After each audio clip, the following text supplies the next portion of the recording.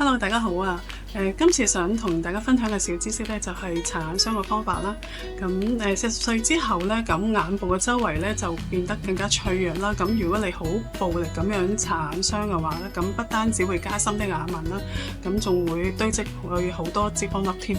咁你可以記住呢個正確嘅搽眼霜嘅方法，就係用翻英文字 C 嘅搽眼霜嘅方法啦。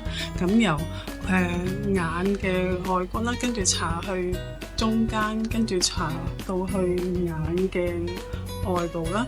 咁跟住如果眼肚咧，咁就由外搽到內，咁樣推開，咁就可以噶啦。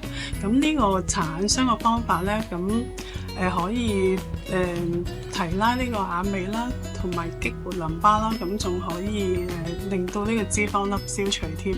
咁大家都不妨試下啦。咁今集就係講係咁多先，下次再見，拜拜。